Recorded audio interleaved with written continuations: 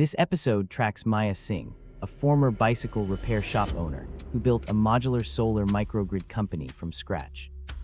Facing funding gaps and skeptical utilities, she charted a path by partnering with community colleges and local builders.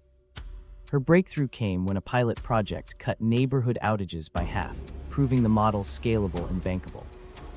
Her strategies included rapid prototyping, transparent cost dashboards, and a culture that rewards frontline feedback from installers.